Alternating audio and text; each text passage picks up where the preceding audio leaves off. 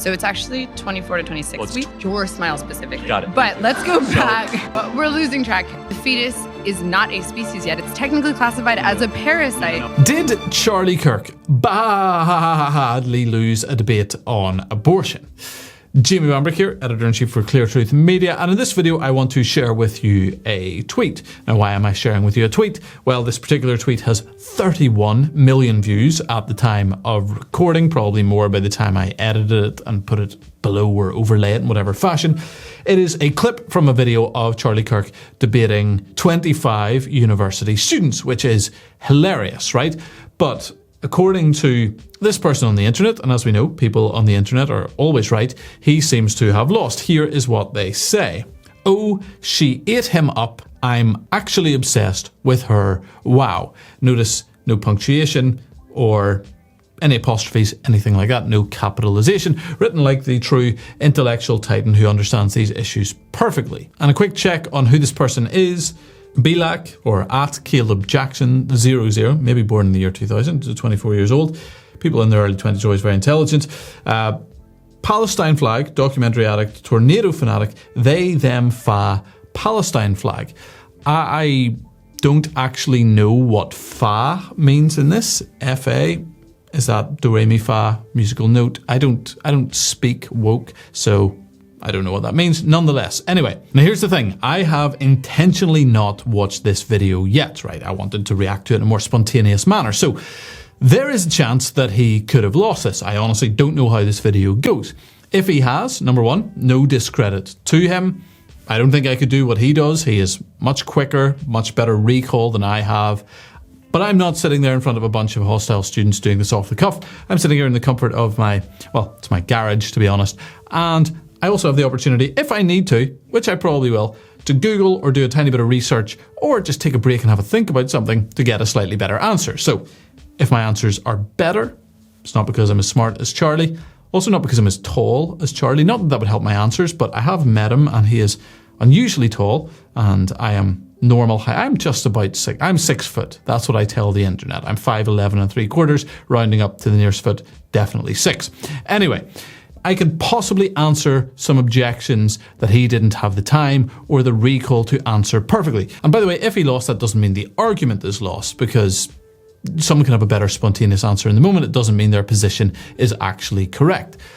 But I also want to say that I have a sneaking suspicion that he probably didn't lose, right? In the nicest possible sense, if this person thinks he lost, once again, this is a person who thinks you can choose your own pronouns, showing their eagerness to demonstrate that they don't understand either language nor biology. Well, if they think he lost, I'm going to go out on a limb and say that he probably did pretty well. However, the reason why I want to do this, it's not for Charlie's peace of mind. I'm sure he's not crying himself to sleep over this. I'm sure he's not worried, even if he did lose, which I don't think he did. But the reason I want to do this is because the arguments actually matter. I will be honest whether or not I think he answered well or poorly. So let's watch.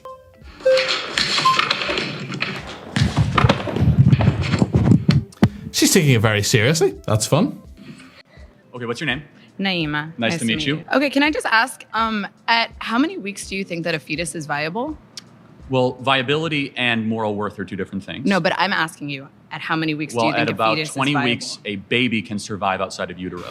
Right, okay, so this is, again, actually he's making an important point. She asked a question about viability. That's a common pro-choice argument, that if the baby is not viable, you have the right to kill it inside the womb. He tries to get it back to the main argument, which is that that doesn't make its moral worth less. She's going to push back. I'm sure she'll say, have some disagreement. He's right. Earliest viability is getting lower and lower as medicine progresses.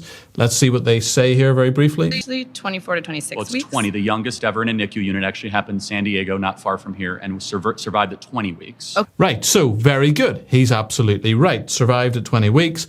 Spot on. Excellent recall here from Charlie. And nonetheless, also trying to get it back to the important question. When it comes to the question of viability, I like to answer it this way. Yes, prior to that point, the baby cannot survive outside of its mother's womb. That is entirely true. There are also lots of other situations in which a baby cannot survive without being dependent on its mother, and that does not give the mother the right to end its life. An analogy I like to use is this. If an infant child is walking in its mother's arms, being carried by the mother outside the womb, and that mother is walking along a cliff edge, that baby is still dependent on that mother for survival. The mother doesn't have the bodily autonomy to release her hands and drop the baby over the cliff. The viability argument is not a good argument for a pro-choice position. Let's continue. Okay, so under Roe v. Wade, 93% of abortions happened in the first 13 weeks of pregnancy. That's 93% of the abortions happened well before a fetus is technically viable as sure. a form so of life. Let's go into viability. So what? That is true, but it doesn't make a difference to the ultimate question. It goes back to what I said. When it comes to viability, it is not determinant of whether that baby is worthy of life. Let's see how Charlie answers. So what is it about, let's say, a 6-week baby that has a heartbeat, its own DNA, fingerprint, brainwaves, that is less moral worth than an 88-year-old right now with dementia in a home down the street? That person requires assistance, requires help. Why is it that the 6-week baby is of less moral worth? Okay, let me try and actually unpack that slightly further, because he's making a very good point. A human is a human and has moral worth regardless of this level of development. There are 4 differences between a baby in the womb and a baby outside the womb. A baby inside the womb is smaller. A baby inside the womb has a different location. A baby inside the womb is less developed, and a baby inside the womb is more dependent. None of these things, if you put them on a spectrum, because they do exist on a spectrum, none of these things determines the viability of someone's life. Someone's size doesn't determine their worth. Taller people are not more worthy of life than a smaller person. Someone who is more developed, an adult, does not actually have more moral worth than someone who's less developed, like a child. In fact, actually, we often put this the other way around. We actually think that adults should sacrifice themselves for vulnerable, underdeveloped, or less developed, not underdeveloped children, but people who are not fully developed. Children are at a normal level of development for children. You get what I'm saying, everybody. You understand. This is why I'm not doing this, because I'm not as good as Charlie off the cuff. Nonetheless, so that's development. Location. Your location doesn't determine your moral worth. If you are on the ground, if you are in the air, if you're in a different country, that doesn't make your life more worthy of living. And what was the last one? Level of dependence. Yeah, he's making that point. Being dependent does not determine how morally worth you are. If you are an invalid in some way, if you're an older person suffering from dementia, that doesn't give people the right to kill you. Let's see what she says. Well, first of all, it's not a baby, it's a fetus. Well, what does fetus mean? A fetus is in utero. What does fetus mean in Latin? What the f***? I'm sorry, is this language class? It means little human being. Ooh, his smile is very creepy. Okay, Okay, so she didn't have an answer for that, so he's absolutely... Well, let's check if he's right. I'm going to Google. Let's see what fetus technically means. Okay, so according to the internet, which I have, I don't know that little human being is entirely right. Maybe it is, but what it means is offspring. It just means child, right? So that actually is entirely true, that people throughout history referred to that which was in the womb as a child. What we have done, and this is an important point, what we have done by using the term fetus is we have attempted to use a different word to dehumanize the child in the womb. People talk about terminating a fetus. They do not talk about terminating a child because it humanizes it. So he's making an important point, and what does she do? She deflects, and then she says about his smile being creepy, which... what the heck is wrong with her? And also she swears, which is unbecoming of a woman or anybody actually in a debate, and shows that you actually don't really know what you're saying. She immediately deflects. Smiling is creepy? no, your smile specifically. Got it. But let's go back to... Oh, sick bird. What that means is she doesn't have an argument. Goes straight to ad hominem. This is an attack on him rather than actually answering his question, which is important. So let's see. I'm really looking forward for when she eats him up. Thus far, we are 1 minute and 20 seconds into this 3 minute and 14 second video. The eating up has been minimal/0 at this point. Let's see how it continues. We're losing track here. No, but what species is the fetus? The fetus is not a species yet. It's technically classified as a parasite until it is viable. Okay, so that is entirely incorrect. The idea of a parasite, so parasites, number one, are not the same species. He is right, okay? What kind? What the species simply means this. It simply means kind. What kind of offspring? Fetus means offspring. What kind of offspring is it? It is a human offspring. It is a human child. It is the same species as the mother. Parasites are not the same species. They are an invasive species. Furthermore, there was a recent study came out about fetal cells and how in the mother, she actually absorbs some of the cells from the unborn child as it is in her womb, and it strengthens her immune system. This is not something that parasites do. Parasites do not come with health benefits to the host. So parasites are not the same species. He's right to ask about species. They are not the same kind, and they also do not convey health benefits, which is absolutely true. This is something that human children do to their mothers as they are in the womb. This is why mothers have allergies or various other ailments often diminish or disappear whilst they are pregnant. Right? If it's a parasite and therefore would not be human, what does this woman think that it is? Is it a dog? Is it a gremlin? Is it a fish?